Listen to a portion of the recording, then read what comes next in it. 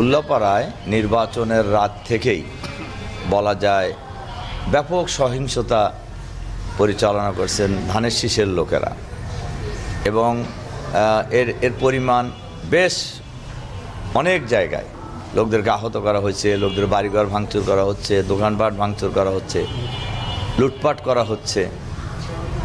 এবং আমরা অভিযোগ কিন্তু নিয়মিতই কর্তৃপক্ষের কাছে, আইন শৃঙ্খলা বাহিনীর কাছে বলা হচ্ছে, কিন্তু তারা অলওয়েজ বলে যেতেছে যে আপনাদের লোকদেরকে শান্ত থাকেন। আমি বলতেছি ভাই, আমাদের লোকদেরকে কী শান্ত করব আমরা? আমাদের লোক তো কোথাও কিছু করতেছে না, তারা নিজেরা ঘটায় অভিযোগ নিয়ে এসে এনে হাজির করতেছে। এরপরে আজকের সর্বশেষ যেটা হয়েছে, কতিপয় সন্ত্রাসী নেতৃত্বে বিরাট 100-150 হুন্ডা নিয়ে তারা পুরো উপজেলায় তারা তাণ্ডব চালাইছে। প্রথমে গেছে তারা মনোহরা গ্রামে, দুর্গানগর ইউনিয়নের, সেখানে আমাদের লোকদের বাড়ি ঘরে তারা আক্রমণ করেছে।